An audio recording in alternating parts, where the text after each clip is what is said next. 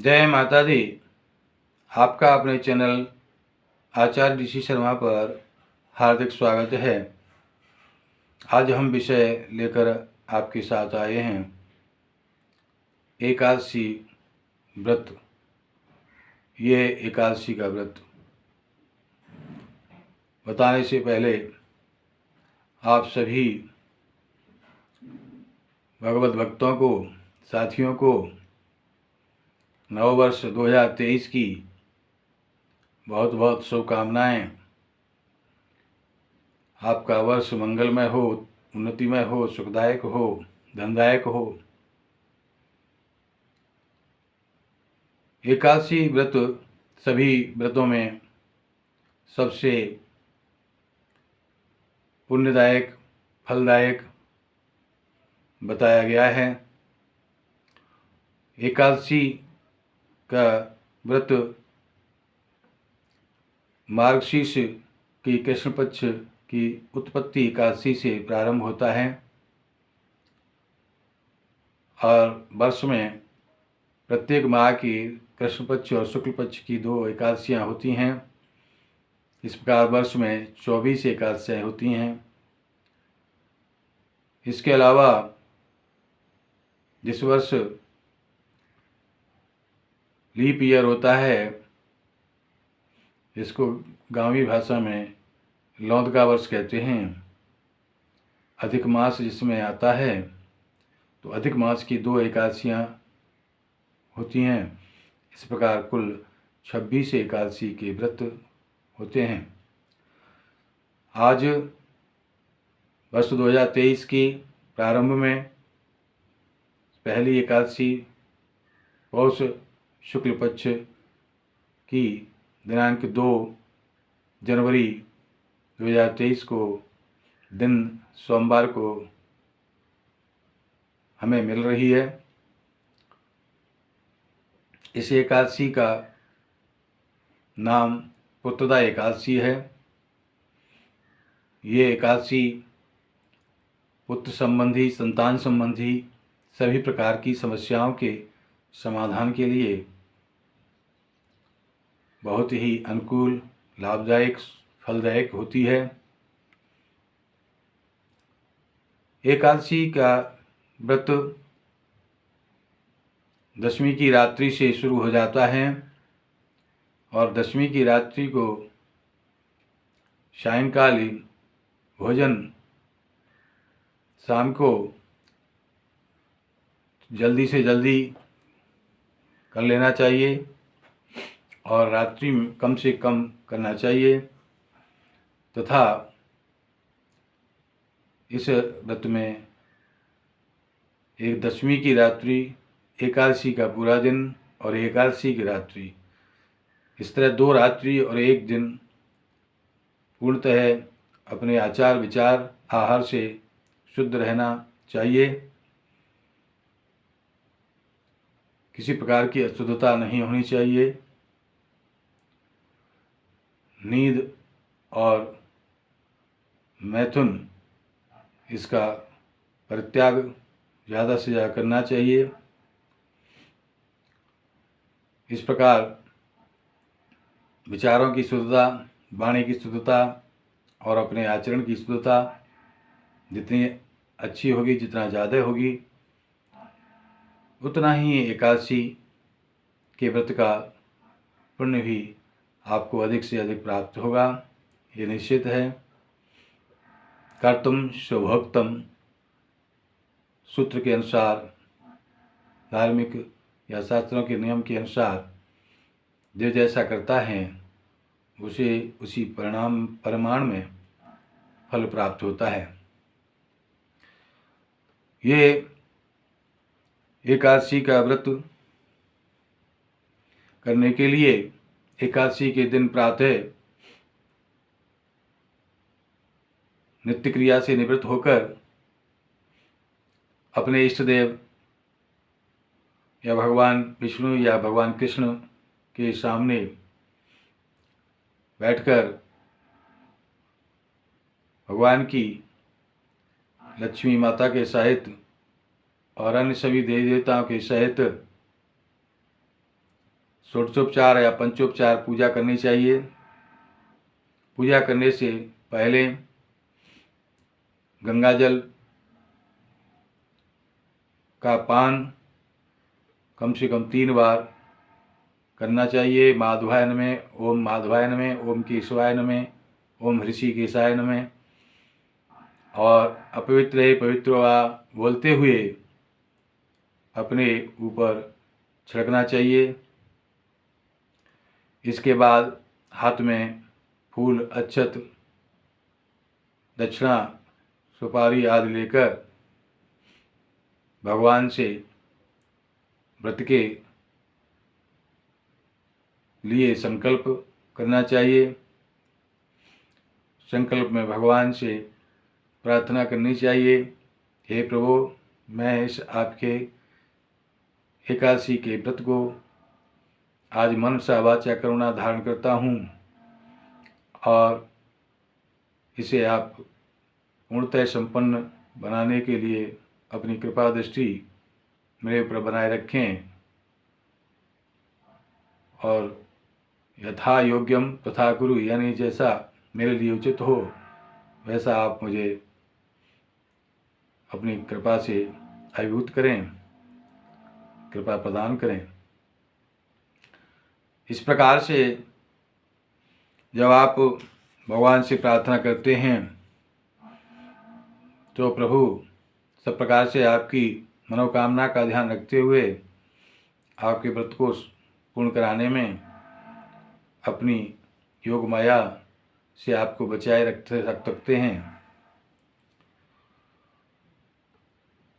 आज हम आपको इस उत्तरदा एकादशी के लिए भगवान से और क्या प्रार्थना करनी है, भगवान की बाल कृष्ण रूप का यदि आप पूजन पालन करें, उनको माखन मिश्री का भोग लगाएं, मोदक का भोग दें, तो आपको अगर पुत्र संतान की प्राप्ति, पुत्र या पुत्री जो भी हो, संतान की प्राप्ति के लिए भगवान से बाद में प्रार्थना करनी है, जिसका निश्चय ही आप भगवान सुनेंगे। अब आपको एकादशी की, इस पुत्रदा एकादशी की कथा का श्रवण कराते हैं। धर्मराज युधिष्ठिर भगवान श्री कृष्ण से बोले, हे भगवान, आप मुझे पौष शुक्ला एकादशी की, जिसे उत्पत्ति नाम से जाना जाता है, उसकी कथा का श्रवण कराइए।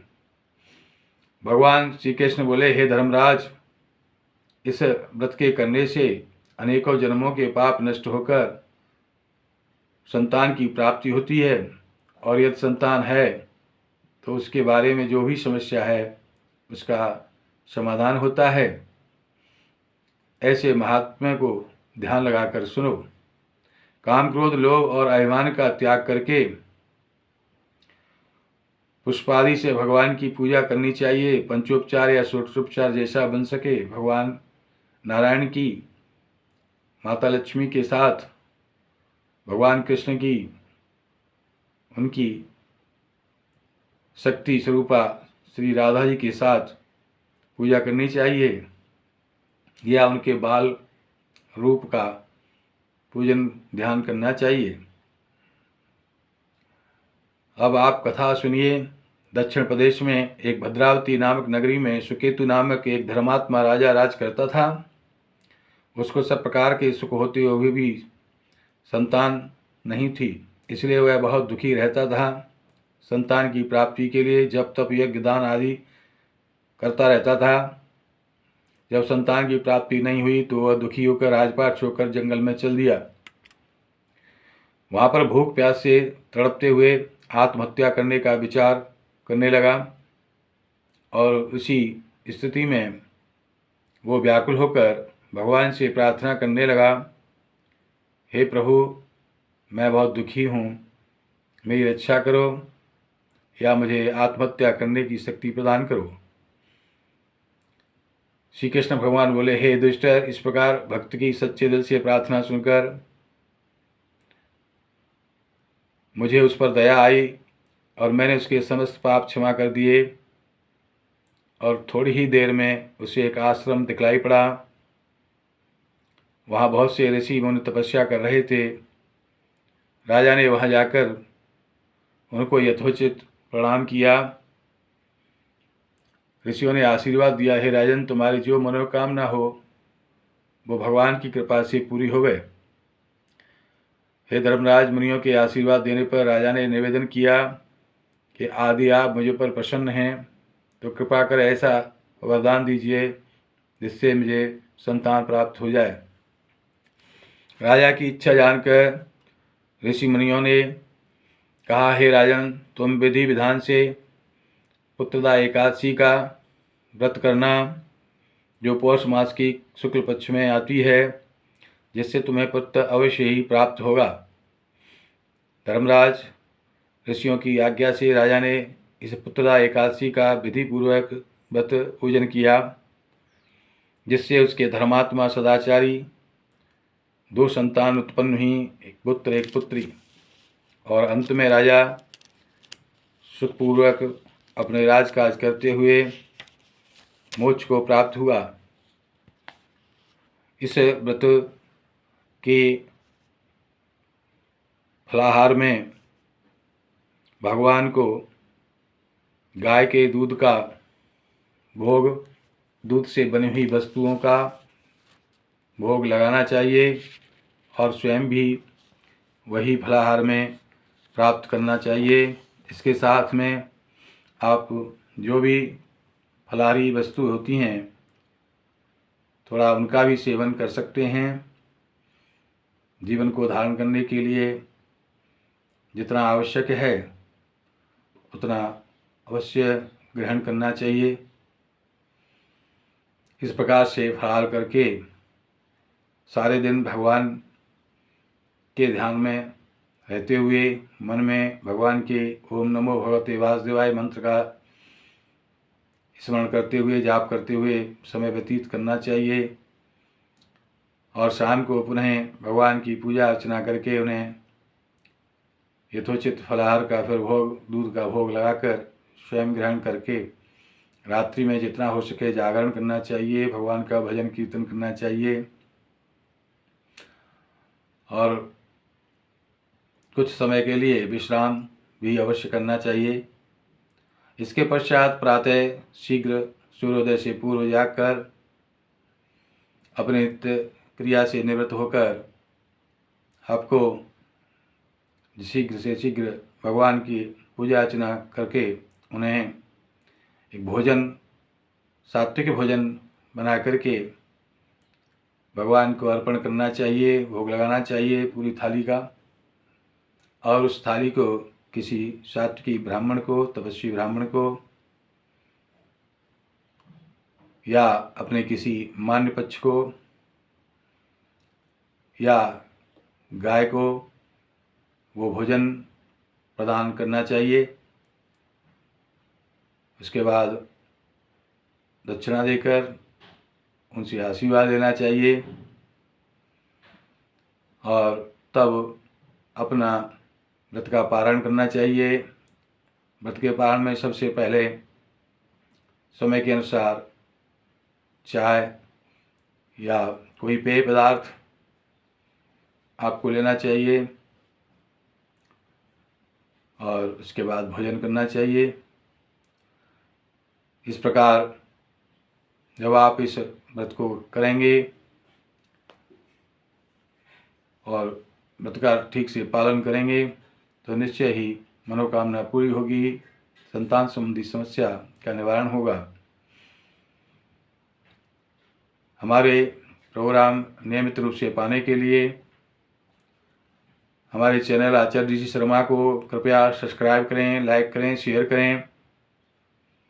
किसी भी प्रकार की समस्या समाधान के लिए हमारे निःशुल्क नंबर 8630379775 को नोट करें और पुनः आप सबको ये वर्ष 2023 मंगलमय हो, ऐसी मनोकामना के साथ जय माता दी।